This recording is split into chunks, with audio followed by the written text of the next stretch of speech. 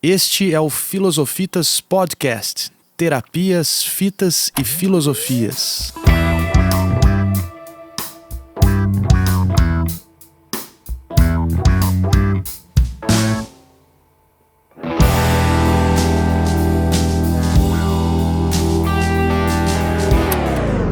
Bom dia, boa tarde, boa noite. Sejam bem-vindas as pessoas que aqui chegam e nos escutam.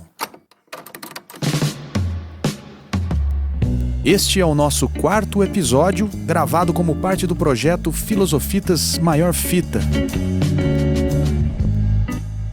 Sou Leonardo Leospa e hoje aqui conosco está o ex-professor, licenciado em grego clássico e mestre em estudos literários pela Unesp de Araraquara, poeta e premiado escritor de Batatais, São Paulo, Mauro Bartolomeu.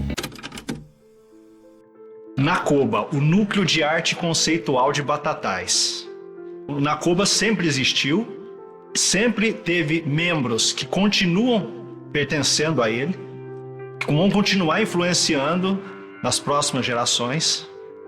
Há membros das próximas gerações que já fazem parte do NACOBA, porque eles não se trata de uma sucessão de gerações, né? Os membros do futuro já interferem, já influenciam os membros do presente e do passado, inclusive modificando as obras que já foram feitas. Isso é o NACOBA. Como você tá, Mauro? Tô vivo. Vivendo. Vivo vivendo. Para começar a nossa entrevista, que já começou, aliás, vamos com... Foi bom você me avisar. Vamos com a talvez mais importante pergunta para quem nos escuta, para mim e provavelmente mais importante ainda para você, Mauro. Que enigma que te conta ou quem és tu? Rapaz. Mas essa aí já é tipo aquela do Abu Janra, né? O que é a vida? Eu não sei, não tenho uma resposta simples para isso, né? Eu me sinto particularmente como um extraterrestre fazendo um estágio não remunerado aqui nesse planetinha rochoso, né? Costumo dizer que eu assumi a forma humana para não assustar os demais habitantes, mas não adiantou muito. E essa é a resposta mais curta, assim. E como que anda essa vida de estagiário no planeta Terra?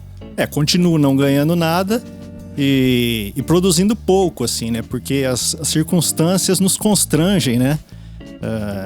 Mas, de qualquer maneira, né? Como já disse alguém mais esperto, né? A obrigação de produzir aliena o tesão de criar, né? Tudo bem, eu não era tesão, mas eu melhorei a citação. Certo. Além de seus livros, que vamos ter um tempinho para você falar mais um pouco, caso queira, eu estava pesquisando hoje à tarde seu perfil no Blogger. Encontrei nada mais, nada menos do que 7 blogs. E os 7, como bem lembrou a Renata Bastos, nossa primeira entrevistada aqui no podcast Terapias, Fitas e Filosofias, é o número das 7 direções, das 7 cores do arco-íris, dos ciclos de 7, do quadrado mais o triângulo e os 7 das fitas cassete. Olha aí. Antes de falarmos dessas fitas cassete na sua vida, fala mais um pouco pra gente aí desses blogs. Rapaz, eu nem sabia que eram 7, eu tô surpreso. Desponderando, Manifesto Onigâmico, Sala dos Professores, Zé Pedradas, Blog, The Times New Roman e Antena Paranoica. Blog, né? É uma coisa mais assim, mais visceral. É mais um vômito, né? Então, o Zé Pedradas, na verdade, eu fazia para divulgar uns textos do Zé Pedro Antunes, professor lá da Unesp de Araraquara, né? Um grande agitador cultural lá de Araraquara, um grande amigo, né? Acima de tudo. Então com esses são 7 mesmo. O que você gostaria de ouvir sobre eles? Porque são todos blogs meio abandonados, né? Com exceção, talvez, do blog de poemas, né? Em que eu ainda vou publicando alguma coisa, né? De vez em quando, assim, né? Que é o Antena Paranoica. O Antena Paranoica, sim. Mauro, a proposta desse programa é ouvir e conversar de uma maneira semi-estruturada com diferentes profissionais da área cultural, artística, educacional e terapêutica. Para orientar essas entrevistas, a gente considera 5 perguntas que vamos repetindo para todo mundo que passa por aqui. Perfeitamente. Registrando singularidades, diferentes pontos de vista e diferentes histórias de vida. Aí vai a primeira pergunta. O que o nome Filosofitas te conta ou te comunica? Rapaz, Filosofitas. Bom, filosofia, claro, eu sou aquele cara que fez grego, né? Então não consigo não pensar nos radicais, né? Na etimologia da palavra, claro, né? Mas, claro, né? Então filosofia, né? Aquela amizade pelo saber ou pela sabedoria, né? Que Sócrates nunca definiu também, porque ele nunca chegou à sabedoria, né? Então não tinha como definir. Agora fitas, né, cara? Fitas. Eu penso assim, primeiramente em mó fita, né? Em altas fitas, né? Eu penso assim primeira coisa que me vem à cabeça é esse uso informal, esse uso gírio da palavra, né? Altas fitas, né? Como que em alto português seria o quê? São ocorrências, acontecimentos, né? Peripécias, né? Que não são só acontecimentos, mas também ações, né? Feitos, né? De repente, né? É isso que me remete em primeiro lugar, né? E depois, né? Só depois é que me vem o sentido denotado da palavra, né? Das fitas mesmo, né? As fitas cassete, as fitas VHS, né? Que me levam a pensar, a lembrar, né? Do tempo em que gravávamos, né? Gravávamos essas fitas, ficávamos ouvindo o rádio e esperando tocar aquela música que você gostava para poder gravar, né? Dava um maior trabalho, né? Sempre entrava o locutor no finalzinho para atrapalhar, né? A vinheta da rádio entrava sempre na hora do solo, né? É incrível, né? Eles faziam isso porque sabiam, né, que a gente ficava gravando. E, né, bom, as fitas VHS, então, nem se fala, né? Quando a gente queria, né, copiar algum filme, assim, a gente tinha que unir 2 amigos, né? Levar o videocassete um na casa do outro. Você já fez isso também? Já. Tínhamos que fazer isso, né? Unir os videocassetes para poder copiar algum filme. Isso fazia com que a gente visse muitas e muitas vezes as mesmas fitas, assim, né? Os mesmos conteúdos, né? Repetidamente, né? Eu me lembro dessa época e assim, me é grato, né? De uma forma ou de outra, me é grato. São memórias gratas, são memórias gratificantes. Legal. Essa resposta que você deu à primeira pergunta, de certa forma, acaba respondendo a segunda pergunta que a gente tinha aqui, né? Se você quiser falar um pouquinho mais, que é exatamente sobre as fitas na junção.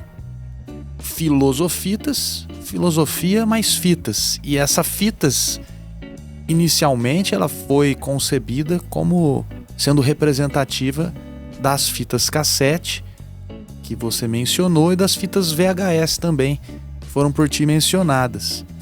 Então, se você quiser falar um pouquinho mais por onde vão suas memórias e pensamentos aí com essas fitas.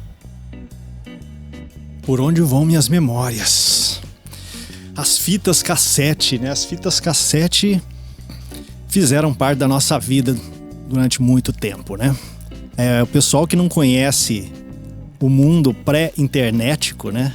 Não conheceu essa realidade, né? Não sabe o que é uma fita cassete. As memórias, eu me lembro assim, especialmente das primeiras bandas de rock and roll que eu conheci, né?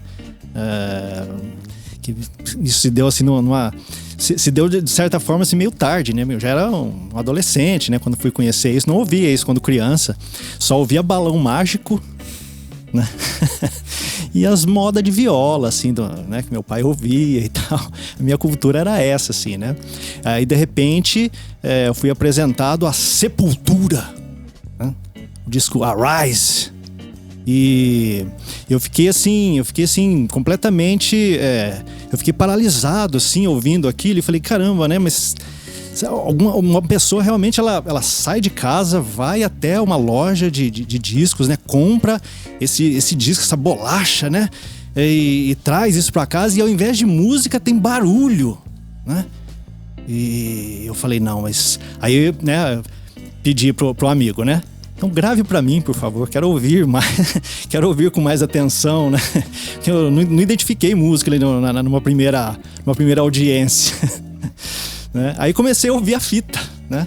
E falei, bom, aqui realmente tem música, né? Eu não tinha percebido no primeiro momento, né? Tem ritmo aqui, tem evoluções, opa, tem letras também, né? Aí comecei, né? Eu acho que Sepultura não é a melhor iniciação, assim, pra quem não tem nenhuma... Pra quem não conhece a história do rock and roll, né? Começar com uma dose muito pesada, né? E aí depois fui conhecer todos aqueles sons dos anos 60, dos anos 70, né? E tudo por meio de fitas cassete. E as fitas VHS? Puta, as fitas VHS. Essas daí eu tinha... o nosso contato, assim, era... pessoal que não conheceu a tal da locadora, né? Locadora de vídeo, né? Rapaz, o que era aquilo, né? E você tinha que rebobinar, né? Se você não rebobinasse, você pagava a multa. Né? Então, as fitas cassete, a fita VHS. A fita VHS eu demorei um pouco para entrar nessa fase, né? Porque eu não tinha o videocassete. O videocassete foi uma coisa que chegou mais tarde, né? Chegou mais tarde ainda. Mas aí se abriu, né? Se abre uma janela, né? Rapaz, você não tem internet, né? Não tem à disposição. Muito embora a internet atual parece que os filmes estão desaparecendo novamente, né? Os filmes gratuitos, né? Agora somente por meio de canais de streaming, né? Você tem que tem que pagar o canal de streaming, né? Mas as fitas VHS me abriram o universo fílmico, né? E, como eu falei, né? Eu me lembro muito dessa coisa de irmos, né? Eu gravava coisas assim, programas, né? Pra rever, né? Muito material da TV Cultura, tinha lá umas orquestras sinfônicas, umas coisas, eu gravava aquilo lá tudo, né? Eu tinha lá uma coleção, assim, de uma coisa meio fora da realidade, assim, de alguém da minha classe social, do meu meio cultural ali, né? Era um cara já se revelava, assim, esse DNA alienígena, né? Já estava ali se revelando. Mauro, para a terceira pergunta agora a gente vai para as filosofias, ou talvez melhor, vamos para a filosofia como palavra que aparece na vida da gente. Perfeito. Conta aí do que você se lembra da palavra filosofia aparecendo na tua vida. A palavra filosofia, cara, ela me aparece, assim, que eu me lembre, me aparece já no ensino médio, talvez um pouco antes, mas assim, não que eu tenha uma memória muito clara disso. Eu penso que o filosofar, né, ele já aparece bem antes. O filosofar, sim, mas não a palavra, né? A palavra ainda não. Ela vai aparecer ali no ensino médio, talvez. E a filosofia como conteúdo, né? Também, essa coisa dos filósofos propriamente ditos, né? Essa coisa da história do pensamento, né? Então, acho que aparece por ali, né? O filosofar, não. O filosofar, eu me lembro, assim... sei lá, aos 10 anos de idade, quando... minha família foi a Aparecida do Norte, né? E lá adquirimos nossa primeira Bíblia. Eu hoje sou quase um colecionador de Bíblias, né? Mas a nossa primeira Bíblia foi adquirida acho que em 86, né? E aí eu me lembro, assim, de começar a ler aquilo e começar a questionar a igreja, né? E falar, pô, mas a Bíblia aqui diz X, né? A igreja diz Y, né? Comecei a questionar a igreja já ali. Veja que ainda mantendo a autoridade da Bíblia, né? Eu não questionei a autoridade da Bíblia nessa altura. Mas já comecei a questionar a igreja. Então, eu acho que já é um filosofar, né? Já são laivos de um pensamento ali, sei lá, autônomo, né? Não original, mas pelo menos autônomo. Assim como ocorreu em uma das perguntas, você acabou respondendo essa próxima pergunta, que é exatamente isso, né? Imagino que você já filosofasse, né, antes da palavra surgir, né? Isso você disse que realmente é verdade. Se isso é um filosofar, sim, né? Quer dizer, se podemos dizer, né, que que o filosofar é isso, né? É simplesmente pensar por conta própria, né? Não, né? Ou ainda que, né? Ainda que baseado em um texto sagrado, né? Mas pelo menos colocando, né? Percebendo que há um choque, né? Entre coisas diferentes, né? Entre discursos diferentes, né? Em que a gente está inserido, né? Então isso aí eu já tava ali antenado. Antena paranoica. E paranoico, claro, né? Vai ficando, né? Vai ficando cada vez mais. Além deste questionamento da Bíblia, alguma outra história que você se lembra que te remeta a esse filosofar, a essa filosofia na sua vida? Me lembro da professora de filosofia. A professora de filosofia, né? Que certa feita, né? Eu já assim... Aí, claro, né? Na adolescência eu já meio, né? Ateuzinho, né? Aquele ateu Nescau. E em uma certa feita eu me lembro assim de ter perguntado a ela, fiz alguma pergunta, alguma provocação a ela assim, e ela respondeu pra mim assim: não, mas isso aí não foi Deus que fez assim, e, né, e quer que seja assim e tal, né, usou alguma frase assim meio eclesiástica, né? Você não acredita nisso? Ela falou, né? Eu falei, não. E ela falou, então, também não. Então, ela subiu no meu conceito, assim, e ao mesmo tempo me deu uma certa autoestima, assim, né? De falar, bom, isso que você tá pensando aí, né? Eu também penso, né? Você tá saindo aí, né? Um periscópio, né? Saindo aí levantando a cabecinha no meio da galera aí. E você se lembra o que era? Cara, eu não me lembro exatamente. A questão eu não me lembro, cara. Eu não me lembro, mas eu acho que já era alguma coisa assim, né? Provocando pro lado do ateísmo. Eu não me lembro, assim, em que contexto. Eu me lembro só dessa finalização, né? Dessa fala dela, que ficou marcada, assim, né? Porque foi, né? Estávamos na porta, assim, ela falou assim, só pra mim, né? Mas você não acredita nisso? Não. Eu também não. As duas últimas perguntas do podcast tocam no ponto das terapias, que podem ser chamadas de terapias filosóficas. Para os filosofitas, a filosofia tem uma dimensão de poder ser aplicada na vida, no sentido daquilo que a gente vem fazendo por filosofia e filosofar, poder nos aproximar de algo que a gente possa chamar de saúde e ou de bem-estar.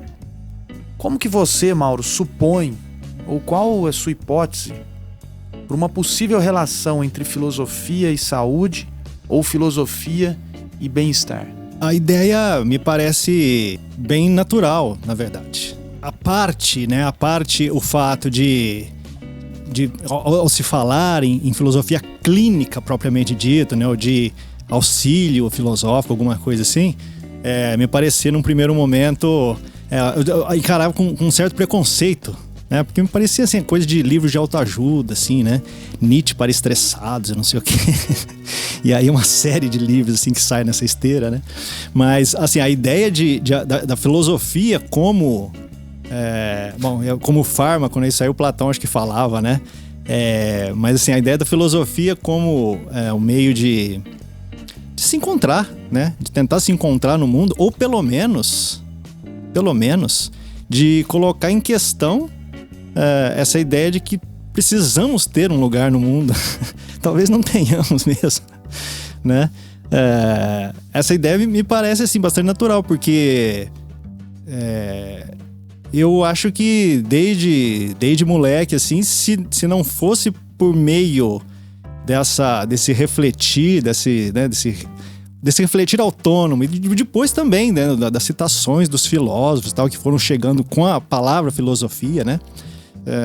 Se não fosse por tudo isso, eu já teria me suicidado em várias ocasiões, né? Olha. Não me sinto um cara assim aceito na sociedade a tal ponto de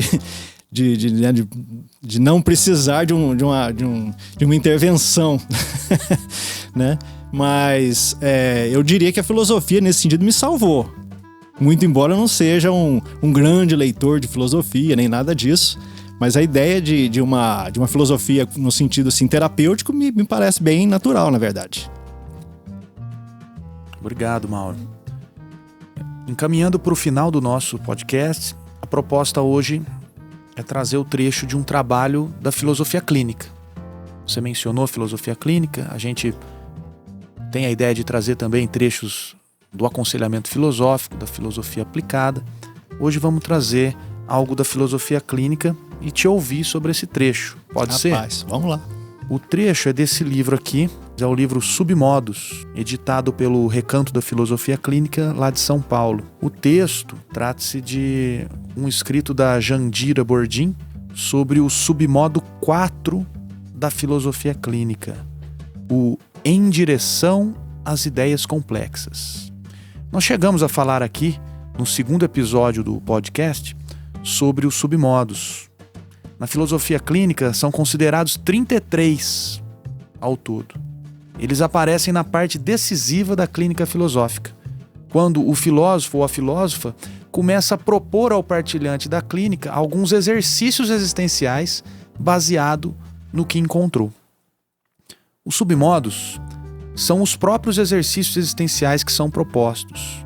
Eles são chamados de submodos porque submetidos ou porque considerados apenas após várias sessões clínicas, onde foram investigadas a historicidade, as localizações existenciais e o funcionamento dos tópicos da estrutura de pensamento singular daquele partilhante da clínica. Perfeito. Então, submodos são exercícios existenciais observados como sendo familiares ou de assimilação mais fácil e provável para uma determinada pessoa. Beleza? Perfeitamente. Vamos então ler o texto sobre o submodo de número 4, em direção às ideias complexas. Abre aspas. Assim são as ideias complexas. Uma pessoa pensa em um assunto determinado, ela sabe o que está pensando. Mas, logo, um pensamento intruso começa a germinar, misturando-se de tal forma que fica impossível uma separação, causando estranheza e confusão. Muitas vezes, esses chegam trazidos pelo vento. É de difícil investigação. Em muitos casos, é preciso dar um tempo à pessoa. Às vezes, estes pensamentos complexos precisam de tempo de maturação. Há momentos em que a pessoa distanciou-se tanto do que era o primeiro pensamento que não sabe mais o caminho de volta. E tampouco onde está. É neste momento que alguns sintomas podem surgir: ansiedade, palpitações, confusão mental, estranheza, ideias de perseguição, desconfiança e mais. Fecha aspas. Rapaz. Abre aspas. Vivemos em um período em que devemos estar atentos a esse submodo, pois muitos se utilizam fortemente deste caminho, criando teorias descabidas, partilhando e por vezes agendando em si mesmos e em outros caminhos que geram desesperança.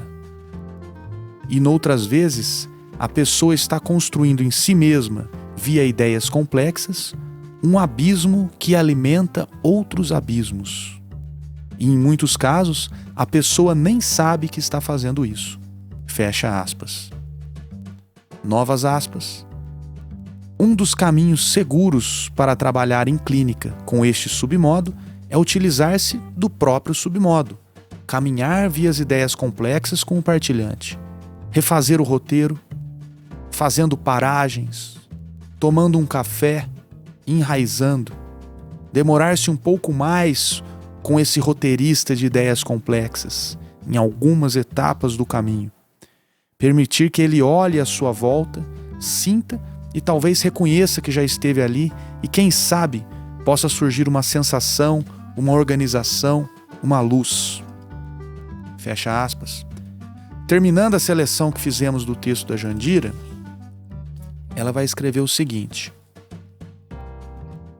muitos tiram proveitos deste submodo de modo informal, ou seja, sem ser um submodo indicado como exercício existencial na clínica filosófica. Quem são esses que tiram proveito desse submodo? Segundo a Jandira, abre aspas, contistas, romancistas, poetas, noveleiros, contadores de histórias, escritores da existência. Fecha aspas. Mauro, o que você pensou a partir desses trechos? Rapaz, várias coisas ocorrem, né? Essa ideia você falou aí a ideia que vem no vento, né? Eu me lembrei de um personagem da minha entrevista com o demônio. É o seu livro? Sim, o último livro, né? Ele diz isso mesmo, né? Que o seu... Quer dizer, é um demônio falando, né? E o seu nome sendo pronunciado, ele ouvia, né? Ele ouvia no vento, né? E ele tinha que atender ao chamado, né? Era irresistível, né? É irresistível para eles. Para quem conhece o nome do demônio. Mas que coisa, né? Essa coisa do pensamento complexo e como é que você falou aí? Da teorias... como é que é? Teorias descabidas, teorias... como é que é a expressão que foi usada aí? Pensei nessa coisa de seita, né? Que a gente tá vendo aqui também, né? Que isso é um fenômeno assim que tem me deixado perplexo, né? Nos últimos anos, assim. Parecia que é uma coisa muito improvável, uma coisa da ficção mesmo, né? Uma coisa que eu ao ler sobre isso alguns poucos anos atrás, eu falaria, bom, isso aqui é só ficção mesmo, né? Só no cinema, só nas VHS que você vai ver isso. Né? E no entanto, nós parecemos que estamos vivendo aí num mundo, né? Uma realidade quase pós-apocalíptica, assim, né? Em que você tem um universo paralelo, né? Em que pessoas parecem ter entrado nesse universo e não conseguem sair dele, né? Pelo menos parece que estamos vendo isso de fora, né? Não sei se eles têm a mesma impressão de nós que estamos aqui, né? E isso é complexo. Você me lembrou aqui um abismo que alimenta outros abismos. E você tem uma música chamada Todoísmo, onde você diz: todoísmo é um abismo. Comunismo, feminismo, anarquismo, egoísmo, altruísmo, estrelismo, entreguismo, silogismo, humanismo, narcisismo, catecismo, satanismo, ateísmo, cristianismo, budismo, sincretismo,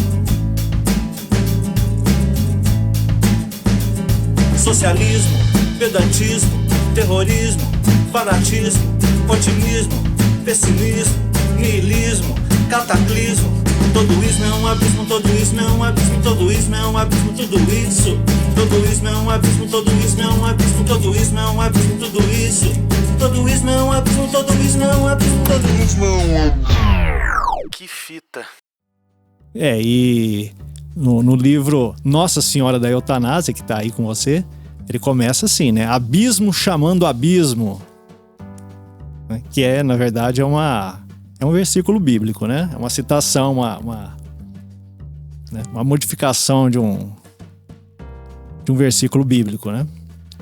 Lembrando o trechinho aqui da Jandira, em algumas vezes a pessoa constrói em si mesma, via ideias complexas, um abismo que alimenta outros abismos. Perfeitamente. Que dá origem a essas teorias descabidas. O abismo invoca o abismo, né? Abyssus abyssum invocat. Como escritor, poeta, romancista, contista, noveleiro, contador de história, você se considera também um escritor de existência? Escritor de existência.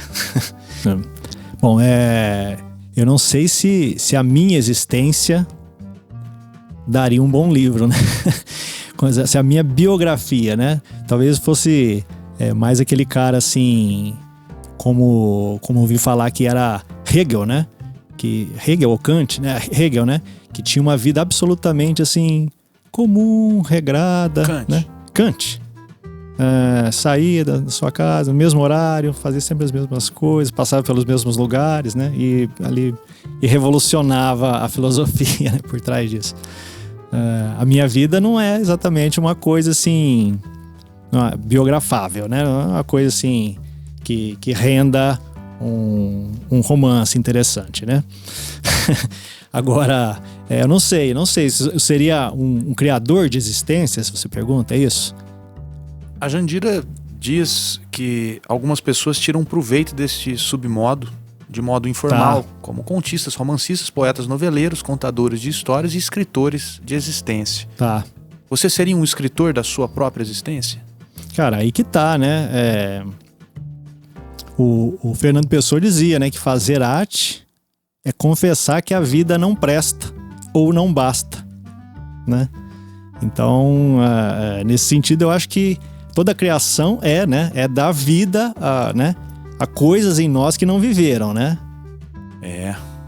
Já teve vezes de você, via ideias complexas, confortar algum estado seu de confusão, ansiedade, palpitação, estranheza, ideias de perseguição, etc.? Sim. A literatura, de certa forma, é uma maneira de colocar para fora, né, certos demônios, né? No seu sentido, né? No seu sentido conotado, no seu sentido, né, de perturbações mesmo, né? O demônio é aquele que perturba, né, e tal. É uma visão bem contrária ao meu entrevista com o demônio, né? Lá quem é o ruinzinho é Deus. Mas assim, realmente é colocar para fora certos demônios, temores, né? Sem dúvida. Isso sem dúvida que ajuda a se orientar, né? A pelo menos apaziguar, né? Apaziguar alguma coisa, né? Que tá perturbando, né? Sim, sem dúvida.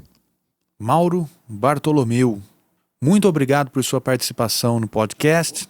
Como você gostaria de finalizar essa conversa? Lendo um poema, talvez. Luzes da ribalta, ouro de tolo, ilusão de estrela na palma da mão. Quanto mais te fazem brilhar, mais te ofuscam a visão. Quem nunca matou por fome é realmente inocente? Ou somente ainda não teve a fome suficiente? Que fita, hein? Que fita. Mó fita. Mó fita, rapaz. Sigam a gente lá no @filosofitas1 no Instagram, @filosofitas no Facebook, nosso canal no YouTube e o nosso site www.filosofitas.com.br. Muito obrigado, Mauro, e obrigado a vocês, pessoas que nos ouvem, integrando este nosso coletivo. Valeu. Até a próxima.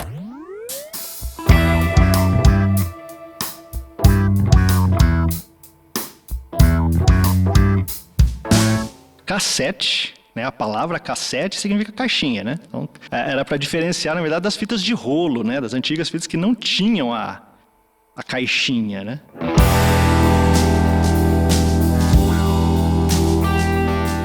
Um dia, cada dia vai ser o mais comemorado. Um dia, todo dia vai ser útil como um feriado.